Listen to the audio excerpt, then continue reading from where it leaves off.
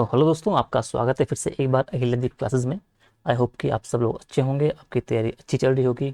तो आपका पहला पेपर जो कि पीएससी लोअर पीसीएस मेंस का हो चुका है, जो कि सामान्य हिंदी का था। आज 9 से 12 बजे तक आपका 3 घंटे पेपर चला था आपका। ठीक है, तो आज हम अभी इस वीडियो में जो है उसी पेपर के ऊपर थोड़ा बात करने वाले हैं। ठीक है, कि कैसा पेपर आया था, किस तरीके से वो रहा, किस तरीके से आपको हैंडल करना चाहिए था, इन सब चीज़ों के बारे में। ठीक है, अभी जो सेकंड पेपर है आपका वो एसए का चल रहा है, जिस टाइम भी क्लास रिकॉर्ड हो रही है। तो जब शाम को आ जाएगा अपलोड होके, तो फिर हम उसके बारे में बात करेंगे कि ऐसे में किन किन चीज़ों पे ऐसे आया था और किस तरीके से आपको हैंडल करना था। ठीक है, तो अभी हम जो पेपर देखने वाले हैं लोअर पीसीएस का देखने वाले हैं, हिंदी का। ठीक है, उससे पहले थोड़ा सा कलर चेंज कर लेता हूँ पेन का। एक सेकेंड। हाँ, ये ठीक रहेगा। तो जनरल हिंदी का पेपर था, मैंने देख लिया है। पेपर अच्छा आया था आपका। ठीक है, अगर आपने थोड़ा बहुत अच्छे से तैयारी करके गए थे मेंस की, आंसर राइटिंग वगैरह, लेटर राइटिंग की, तो आपका पेपर बहुत ही अच्छा गया होगा। और ये पेपर जो आपका है, ये रैंक डिसाइड करता है आपकी, आपको कौन सा पद मिलेगा। बाकी पेपर तो आपका सिलेक्शन डिसाइड करेंगे, लेकिन जो हिंदी का पेपर होता है बेसिकली, वो ये डिसाइड करता है कि आपको रैंक कौन से मिलेगी। आप या एक रैंक 1 रहोगे या लास्ट रैंक रहोगे। तो हिंदी का जो पेपर आपका रहता है वो मेंस की दृष्टि से बहुत ही इंपॉर्टेंट रोल निभाता है अपना। ठीक है, तो इसमें सेगमेंट हम देखते हैं तो 6 सेगमेंट बेसिकली थे। एक आपका जो हो गया, सेकंड आपका दूसरा ये था, तीसरे में आपका ये निर्देश, 5 इसके पे अलग अंदर इसके पेपर थे, सॉरी सवाल थे। चौथा आपका पैरा था, पांचवा आपका भी पैरा था। ठीक है, और छठवां आपका लेटर था, और इसी के फिर आपके 2-3 खंड थे आपके। ठीक है, तो पेपर जब आपका इस तरीके से आता है, तो पेपर सॉल्व करने का अगर आप तरीका क्या क्या करना चाहिए आपको, जो पेपर हमेशा नीचे से ऊपर की तरफ सॉल्व करना चाहिए, यानी कि बड़े अंकों से। अगर जैसे कि 20 नंबर का है या 15 नंबर का है, तो इससे फिर नीचे क्रम में आपको पेपर सॉल्व करना चाहिए। ठीक है, 15 का फिर 10 का कर लिया, और जो लास्ट के जो छोटे छोटे सवाल बचते हैं ना आपके, 1-1 नंबर 2-2 नंबर, उन्हें बाद में करना चाहिए। जैसे कि आपके बहुत सारे सवाल 1 नंबर 2-2 नंबर वाले थे, तो इन्हें आपको क्या करना था कि जो लास्ट का आपका जो मोमेंट, जो आपका आधा घंटा बचता पेपर सॉल्व करने के बाद, तो बाकी 2-2 नंबर 1-1 नंबर वाले आराम से उस आधे घंटे के अंदर आपके सारे कवरअप हो जाते हैं। और इसमें ये होता है कि अगर ये 1-1 नंबर वाले छूट भी है ना, उसका उतना फर्क नहीं पड़ेगा, क्योंकि जो बड़े आपके आंसर हैं, बड़े आपके जो नंबर है 15-15 नंबर वाले, उनको आपको एक अच्छे से फ्रेमिंग करके प्रॉपर टाइम देके और उस आंसर को आपको अच्छे से अच्छा लिखना होता है। अगर मान लो आप पहले से ही लिखना शुरू करोगे 1 नंबर वाले 2 नंबर वाले, और लास्ट मोमेंट तक आप पहुंचते पहुंचते मान लो कि आपने 5 पॉइंट ही पूरे कर पाए। ठीक है, यहाँ तक आपने पूरा कर लिया पेपर, आपका टाइम 2.5 घंटे से ऊपर हो गया है, आपके पास मात्र आधा घंटा बचा है। और आधे घंटे में आपके पास अभी देखो 15 नंबर का परिपत्र बचा है, लेटर बचा है, 15 नंबर का ट्रांसलेशन, 20 नंबर का आपके बचा है, समझ रहे हो। तो ये मान लो कि 35 नंबर का आपका रिस्क आपका लग जाता है पूरे आधे घंटे 20 मिनट में। तो हमेशा करना ये, अभी जो पेपर होगा कल GS1 GS2 का, उसमें ये करना, जो बड़े क्वेश्चन होंगे आपके उन्हें आपको पहले हैंडल करना है। लास्ट के जो आपके क्वेश्चन होंगे 2-3-4 नंबर के, उनको आपको रखना है लास्ट के मोमेंट के लिए। उन पे आप कुछ ना कुछ आप लास्ट मोमेंट पे लिख ही लोगे। लेकिन अगर आपका लास्ट मोमेंट पे बड़ा सवाल ही छूट जाएगा, तो आप उस पर फ्रेमिंग नहीं कर पाओगे प्रॉपर तरीके से, और आंसर जो है टू द पॉइंट और टू द जो क्वेश्चन के डिमांड के अकॉर्डिंग आप आंसर नहीं लिख पाओगे। ठीक है, तो अभी हम जो देखते भी हैं उल्टा देखते हैं, 6 से लेके ऊपर की तरफ देखते हैं, तो ऊपर से देख के आते हैं। ठीक है, ऊपर तो आपका आपने किए होंगे, आपको ज़्यादा इनमें मुश्किल नहीं आई होगी। जैसे कि 5 आपके प्रश्न थे, तो मूर्धन्य व्यंजन के बारे में पूछा गया था कि किसे कहते हैं, उसका एक उदाहरण लिखना था आपको। तो मूर्धन्य व्यंजन वही आपको जो जीभ आपकी जो मुख्य भाग का जो ऊपरी भाग है आपको, जिसे मूर्धा बोलते हैं, जब जीभ का जो ऊपरी जो नोक होती है वहाँ टच होती है, तो उसमें जो व्यंजन निकलते हैं वो आपके मूर्धन्य व्यंजन कहलाते हैं। जैसे ट वर्ग के हो गया आपके, ठीक है, र श हो गया। यण संधि किसे कहते हैं, उदाहरण से समझाइए। तो यण संधि में आपको पता ही है, जब ई हो गया आपका छोटा वो बड़ा वो, और ई का जो संबंध संधि जो है किसी भिन्न स्वर से होती है। भिन्न स्वर के होने के बाद क्या होता है, ई का य हो जाता है, उ का आपका व हो जाता है, और री का आपका र हो जाता है। और इसके उदाहरण में आप लिख सकते हो पित्राज्ञा लिख सकते हो, और अनुवेशण लिख सकते हो। ठीक है, ये इसका आपके 2-3 एग्जाम्पल हैं। त्रिलोकी में कौन सा समास है, तो सिंपल सी बात है, त्रिलोकी यानी कि 3, यानी कि पहला आपका संख्यावाचक है, यानी कि आपका द्विगु हो जाएगा। इसका विग्रह करने पे 3 लोगों का सहारा कुछ ऐसा आपका इसका शायद वो समास विग्रह इसका आएगा, ठीक है। अधिनियम शब्द में आपको जो उपसर्ग बताना था कि उसमें उपसर्ग कौन सा है, तो इसको आपको पता ही है कि अधिनियम में कौन सा उपसर्ग है आपका, अधि आपका उपसर्ग आ जाएगा, तो इसका उपसर्ग आपका अधि हो जाएगा, ठीक है। तो ये आपको कर देना था। अब अगला देखते हैं, ठीक है। तो ये अभी है अगला आपका कि अच्छा शब्द को विशेषण और क्रिया विशेषण के रूप में प्रयोग करते हुए आपको दो वाक्य लिखने थे। तो अच्छा आपको विशेषण है कि जो संज्ञा और सर्वनाम की विशेषता बताता है, तो आपको लिखना था कि अनुज एक अच्छा लड़का है। तो अच्छा आपने विशेषण कर दिया लड़के की, और आपने लिख दिया कि वह अच्छा काम करता है। क्या कर दिया, वह काम, काम पहले लिखो, कोई को काम अच्छा करता है। तो अब क्रिया विशेषण क्या होगी, क्रिया की विशेषता बताता है। क्रिया क्या कर रहा है, कर्ता कर रहा है, मतलब कर रहा है, ये किसी क्रिया हो गई, और कर कैसा रहा है, अच्छा कर रहा है। तो आपका इस क्रिया की विशेषता बताने लग गया, तो ये इस तरीके से आपका क्रिया विशेषण हो गया। इस तरीके से आपको बाकी सवाल भी करने थे। अब इसमें ये पर्यायवाची पूछ रहा है कि पृथ्वी का पर्यायवाची नहीं है, तो आपको ये चिति तो है, मेदिनी भी है, अश्ला भी है, अब्र नहीं है। तो अब्र आपको पता है किसका है, बादल का है, मेघ का है। अवमूल्यन आपको पता ही है, घटाना, तो मूल्य वृद्धि इसका वो हो जाएगा, ठीक है, ठीक है। तो मूल्य वृद्धि या फिर मूल्यवर्धन आप लिख सकते हो, जो भी आपको सही लगे। अशिति शब्द का तद्भव आपको लिखना है, अशिति शब्द का तद्भव आपको लिखना है। तो इसमें थोड़ा सा मैं भी डाउटफुल हूँ, तो इसको फिलहाल छोड़ देते हैं। और कौन सा शब्द देशज है, तो ये कपोत और ग्राम तो आपका तद्भव हो गया, और पखेरु और चिड़िया जो आपका है वो आपका इसमें देशज शब्द में आपका आ जाएगा। इसी तरीके से विदेशी विदेशी शब्द पूछ रहा है कि इसमें से कौन सा शब्द विदेशी है, ठीक है, ठीक है। तो पलंग और ईमान आपको पता ही है विदेशी है, ये आपका है पलंग आपका फारसी शब्द है शायद, ठीक है, और ईमान आपका है अरबी मूल का। तो ये पूछा है कि विदेशी शब्द आपको छानने हैं। अग्नि और जो डिबिया आपका है जाएगा, डिबिया आपका है देशी शब्द है, और अग्नि आपका जो है तत्सम वाला संस्कृत मूल का है, तो विदेश आपका पलंग और ईमान आ जाएगा, ठीक है। अगला है कि शब्द समूह में से रूढ़ शब्द आपको छांटना है। तो आपका पता ही कि खिड़की है, रूढ़ शब्द आपका खिड़की हो जाएगा। अब निम्न में शब्द समूह में से कौन सा यौगिक जो शब्द है आपको वो छानना है। 3 शब्द आपके पास दिए हुए हैं, तो इसमें से आपका यौगिक हो जाएगा चक्रपाणी, आपका यौगिक हो जाएगा, ठीक है। अब आपको योग रूट छानना है, ठीक है। तो इस तरीके से आपकी वन लाइनर थे, बाकी आप इस तरीके देख लेंगे। जो मेन कंसर्न आपका था यहाँ से आपका शुरू होता है, जो आपके 15 और 10 नंबर के सवाल थे, ठीक है। ये काफ़ी इंपॉर्टेंट रोल आपका निभा रहे थे। तो पहला आपका ये गद्यांश है, इस गद्यांश को आपको पढ़ना था, ठीक है। तो पढ़ के इसके जो आंसर है आपको वो देने थे, ठीक है। तो हम पहले गद्यांश पढ़ लेते हैं, उसके बाद आगे हम देखते हैं, ठीक है। तो ये बोल रहा है कि आज प्रत्येक शहर को यह शिकायत है कि गांवों से पलायन कर शहरों में आए लोगों के कारण अनेक समस्याएं उत्पन्न हो गई है। शहरों में बढ़ते अपराध, जन सुविधाओं का अभाव तथा गंदी बस्तियों एवं झुपड़पट्टियों का फैलाव आदि के लिए गांवों से भारी संख्या में पलायन कर आए लोगों को ही जिम्मेदार ठहराया जाता है। शहरों में चूंकि प्रचार प्रसार के तमाम साधन उपलब्ध है, अतः वहाँ की तमाम समस्याएं उजागर होती रहती है। समय समय पर समाजशास्त्री विचारक और योजनाकार इस पलायन को रोकने का विचार भी करते हैं। इस बात पर विचार प्राय नहीं किया जाता कि शहर किस तरह गांव की संस्कृति और जनजीवन को प्रभावित कर रहे हैं। गांवों से शहरों की ओर तो लोगों का पलायन हो रहा है, मगर शहरों से गांवों की ओर जो शहरी जीवन की उन तमाम विकृतियों का पलायन हो रहा है जिनके कारण गांव और शहर अपनी अलग पहचान रखते थे। शहरी जीवन की तमाम विकृतियां गांव में रहन सहन, खान पान और गांव की सामाजिकता को किस हद तक प्रभावित कर रही है, इसका लेखा जोखा नहीं हो पाता, क्योंकि गांव में प्रचार प्रसार के साधन नहीं है जो शहरों में उपलब्ध हैं। समाजशास्त्री विचारक और योजनाकार भी चूंकि शहरों में बसते हैं, इसलिए वो भी इस पर ध्यान नहीं दे पाते। गांव की और शहरी जीवन की इन विकृतियों का सबसे बुरा प्रभाव ग्रामीण जीवन की सामाजिकता पर पड़ रहा है।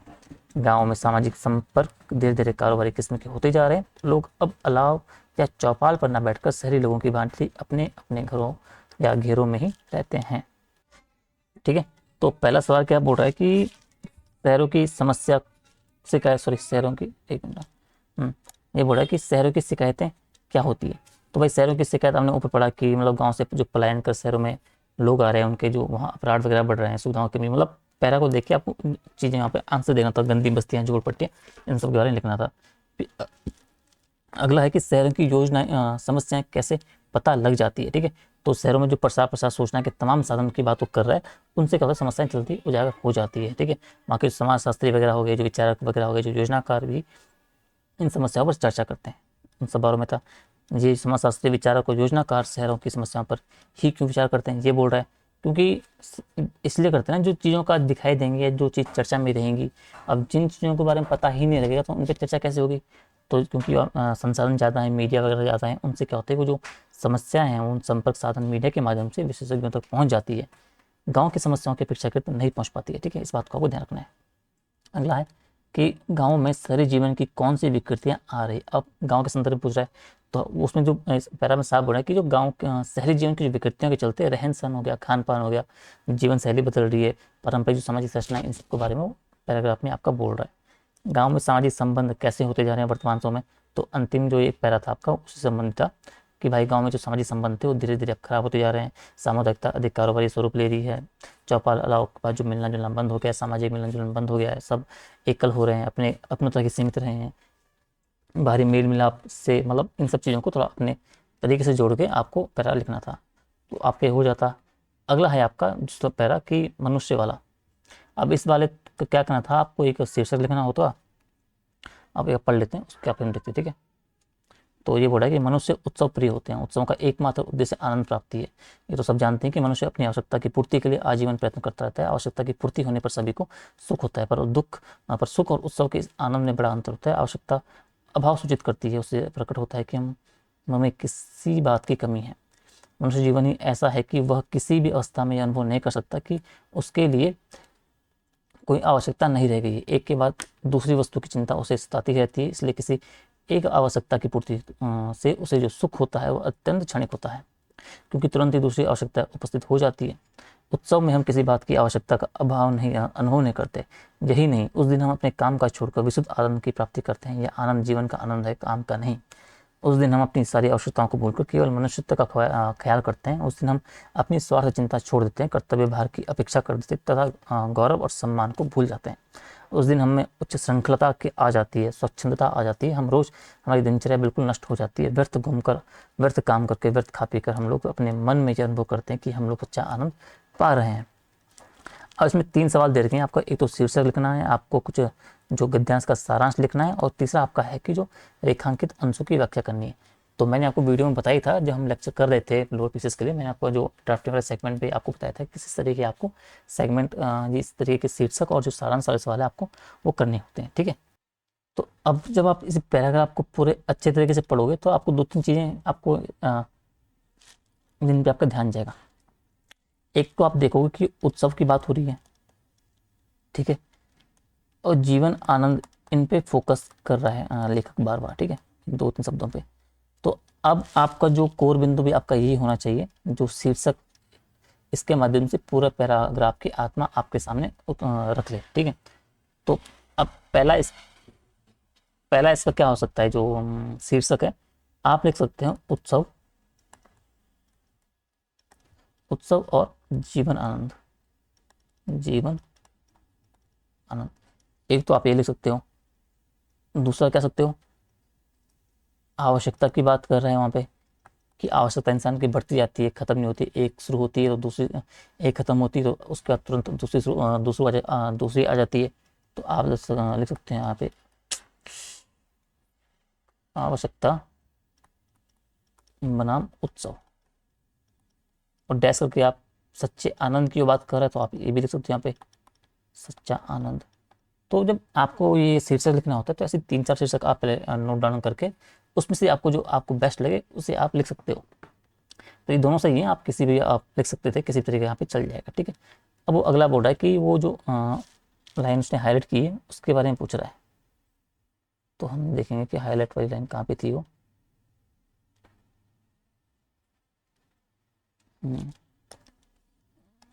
यहाँ पे, उस दिन हम अपनी स्वार्थ चिंता छोड़ देते हैं और कर्तव्य भार की अपेक्षा कर देते हैं तथा गौरव और सम्मान को भूल जाते हैं। इसके बारे में अब वो बोल रहा है कि इन लाइनों को आपको एक्सप्लेन करना है किस तरीके से ये चीज़ें हैं। सॉरी, लाइन से पहले वो, इनसे पहले जो ये आपका यहाँ पे ये है ना कि सारांश के बारे में, तो सारांश पे आपको पूरा मतलब जो पैरा दे रखा है उसके बारे में सब कुछ लिखना था कि उसके स्वभाव उत्सव प्रिय होता है, मनुष्य का जीवन में अपनी आवश्यकताओं की पूर्ति के लिए वो प्रयत्नशील रहता है। आवश्यकता की कमी है लेकिन फिर भी उसे हमेशा बोध करती रहती है। आपूर्ति मतलब उसे सुख उसका क्षणिक होता है, थोड़ा मिलता है फिर अगले पल गायब हो जाता है, क्योंकि एक नई उपस्थिति और नई आवश्यकता जो उसके सामने आ जाती है। तो इन सब के बारे में आपको जो कुल मिला के मतलब जो मुख्य बिंदु पैरा में दिए गए हैं उनको नोट डाउन करके उनका जो क्रक्स है, जो कोर है, आपको इसमें सारांश में लिखना था। ठीक है। अब जो तीसरा ये बोल रहा है कि वो अंडरलाइन वाली जो लाइन है ये, कि उस दिन हम अपनी स्वार्थ चिंता छोड़ देते हैं, कर्तव्य भार की उपेक्षा कर देते हैं, गौरव और सम्मान को भूल जाते हैं। किस तरीके से? ठीक है। तो इसमें बेसिकली वो यही बोल रहा है कि मतलब आपको एक्सप्लेन करना है ऑनलाइन को अपने शब्दों में। ठीक है। कि पैराग्राफ में लेखक क्या बोलना चाह रहा है, कि मतलब उस दिन उत्सव के लोग क्या होता है कि अपने जो निजी जीवन के जो उसके स्वार्थ लाभ होते हैं मतलब उनको पीछे रख देते हैं, उनको छोड़ जाते हैं अपने कुछ पलों के लिए पीछे। मतलब सामान्य दिनों की जो हर क्रिया का जो मतलब जो हर काम को जो उनके उद्देश्य वगैरह होते हैं वो मतलब किसी न किसी लाभ या हानि के संदर्भ में होते हैं, लेकिन उसके संबंध में नहीं होता। उत्सव के दिन पे ऐसा नहीं है। उस दिन लोग फायदे नुकसान की बात नहीं करते, मतलब आपसी द्वेष वगैरह को छोड़ के बांटते हैं, आनंद पाते हैं, आपस में एक दूसरे से मिलते जुलते हैं। कर्तव्य भार की उपेक्षा भी अपेक्षा कर देते हैं, कर्तव्य भार की मतलब कि अपने दायित्व हो गए, जो नौकरियां हो गई, जिम्मेदारियां हो गई, नियम पाबंदियां, उनसे भी ऊपर उठ जाते हैं। गौरव सम्मान को भूल जाते हैं, अपने जो जो उनका सामान्य स्थिति में क्या होता है कि सामाजिक प्रतिष्ठा वाली बात हो जाती है, ठाट बात वाली बात होती है, सम्मान की चिंता, वो सब मतलब भूल जाते हैं।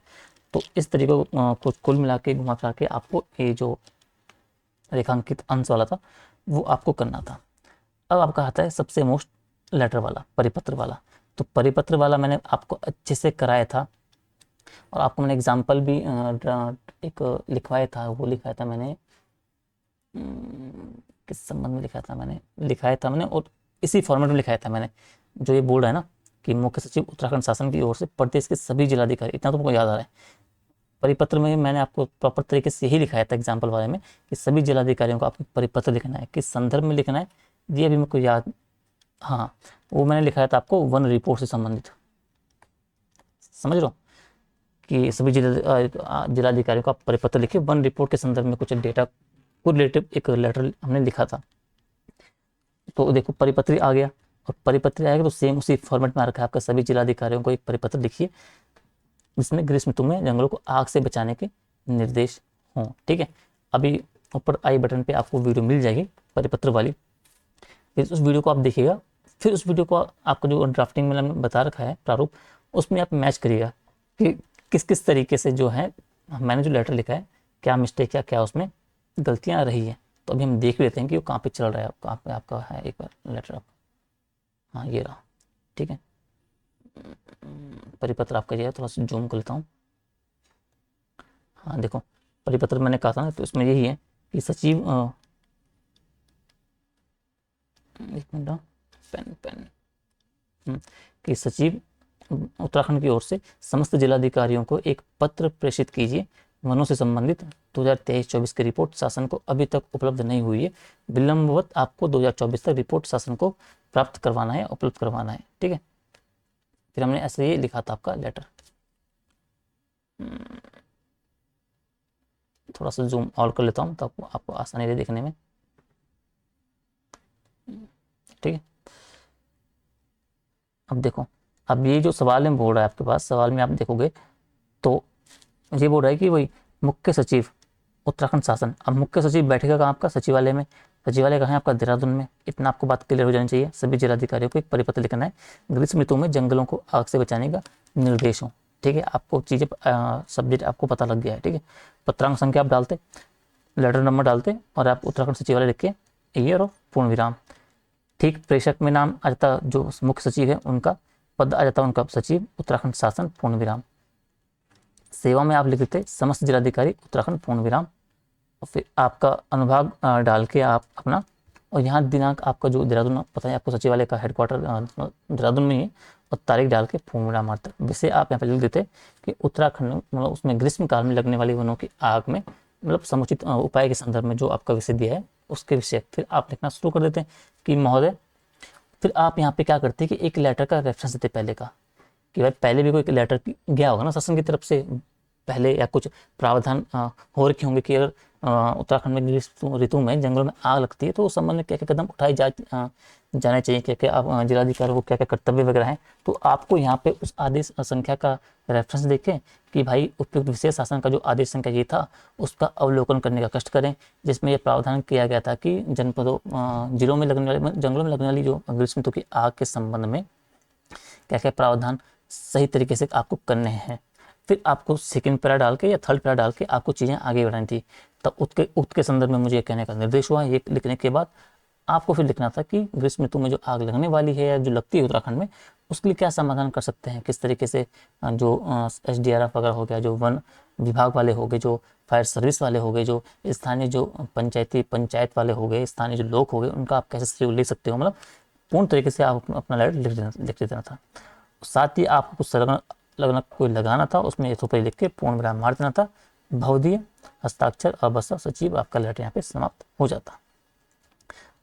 तो ये आपका फ़ायदा होता है लेटर का, क्योंकि आप एक अच्छा अगर आपने फॉर्मेट तैयार कर रखा है तो आपके जो 15 नंबर का जो लेटर है उसमें आपको अधिकतम अंक मिलने की संभावना रहती है, और इसमें ही आपका जो आप ज़्यादा से ज़्यादा नंबर खींच पाते हो। ठीक है, बैक टू इसमें आते हैं। ठीक है, तो परिपत्र में आपका ये था। फिर आपका जो दूसरा वाला ये 2 बचे हैं, ये तो आपका आपसी जो खुद की समझ पे डिपेंड था। आपको एक ट्रांसलेशन करना था हिंदी से इंग्लिश में, इंग्लिश से हिंदी में। इसमें भी देखो आपका कम नहीं है, सीधा 20 नंबर का है। तो आपको जो है इंग्लिश का एक सामान्य से ज्ञान तो होना ही चाहिए अंग्रेजी भाषा का। मैं ये नहीं बोल रहा हूँ कि अंग्रेजी भाषा सीखना अनिवार्य है, आप हिंदी भाषी भी हो तो हिंदी में भी आप एक अच्छे प्रशासनिक एक अधिकारी या एक सिविल सर्वेंट बन सकते हो। लेकिन एक ये होता है कि वर्तमान समय आप अंग्रेजी एक ही वैश्विक लैंग्वेज है, तो उसमें सीखने में कोई बुराई नहीं है, क्योंकि आपको डेली बेसिस पे आपके जो काम पड़ेंगे शासन के प्रशासन के, उसमें भी आपका जो इसका जो आपका मतलब मिलेगा, आपको जो चीज़ें देखने को इंग्लिश में काफ़ी सारी मिलेंगी। तो इसलिए आपको जनरल नॉलेज आपको इंग्लिश का होना चाहिए, सामान्य से ज्ञान होना चाहिए। तो बेसिकली ये था आपका हिंदी का पेपर। आई होप कि आपको ठीक लगा होगा डिस्कशन इसका। ऐसे का शाम को आ जाएगा, तो ऐसे फिर हम शाम को डिस्कस कर लेंगे। और देख लेना ऐसे में मैं कह रहा हूँ जो टॉपिक्स मैंने बताए थे उसमें से 1 या 2 टॉपिक आपको आराम से आपके ऐसे वहाँ पे टकरा हुआ होगा। ठीक है, बाकी विस्तार से चर्चा ऐसे का भी जब आएगा पेपर तब कर लेंगे। और आपका जो वीडियो वाला सीरीज चल रहा है उसकी वीडियो भी आपको 7 बजे 6:55 पे आ जाएगी, जो MCQ हम देख रहे हैं। ठीक है, तो वीडियो अगर आप सही लगी हो तो वीडियो को लाइक शेयर कमेंट जरूर करें, चैनल को सब्सक्राइब करें, ज़्यादा से ज़्यादा लोगों तक चैनल को शेयर करें। और साथ ही अभी मैं जरा वीडियो में फंसा पड़ा हूँ बच्चों के लिए, तो 21 के बाद मैं ये शुरू करने वाला हूँ तुरंत। 21 को पेपर जैसे बच्चों का पेपर निपटेगा, फिर मैं आप जो मेंस शुरू होने वाला है आपका दिसंबर में, मेंस है आपका अपर पीसीएस का मेंस है। उसके लिए ये मान लो अक्टूबर हो गया आपका, नवंबर हो गया और दिसंबर, 70 से 75 दिन का, 70 से 80 दिन का आपका टाइम है। और इसमें मैं आपको मेंस आपका पूरा अच्छे से कवर करवा दूंगा। ठीक है, तो उसके लिए जो प्रॉपर प्लान वगैरह होगा, किस तरीके से हम चीज़ें लेके चलेंगे, किस तरीके से अभी हम क्लासेस लेंगे सब्जेक्ट वाइज, वो मैं आपको किस तारीख के बाद प्रॉपर तरीके से आपको एक प्रारूप बता के दे दूंगा। ठीक है, तो आई होप कि आप ठीक होंगे। ठीक है, तो जल्दी मिलते हैं आपको अगले सेशन में। तब तक के लिए धन्यवाद, अपना ध्यान रखिए।